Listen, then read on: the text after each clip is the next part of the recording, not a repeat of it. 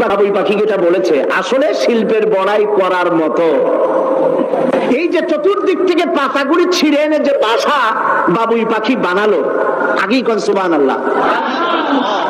এই বাসা শুধু বাসা নয়, এর মধ্যে বেডরুম আছে, এর মধ্যে ডাইনিং রুম আছে, মাস্টার বেডরুম আছে, শুধু টয়লেট নাই।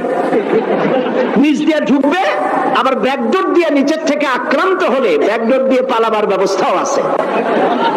এই বাসার ভেতরে কোন বিদ্যুৎ লাইন পিডিপি বা আরইবি কেউ লাইন দেয় নাই, ফলে বেচারা অন্ধকারে তারা স্বামী স্ত্রী কনজুগাল লাইফ লিড করবে কি করে। সেজন্য ওর মাথার মধ্যে আল্লাহ এমন বুদ্ধি দিলেন, কিছু কাদা এনে বাসার ভেতরে কাদা লাগিয়ে জোনাকি পোকা 5-6টা ধরে এনে মাথা ভিতরে ঢুকায়া পাছা বাইর করে দিয়ে রেখেছে, অটোমেটিক জিরো পাওয়ারের বাল্ব তৈরি হয়ে গেছে।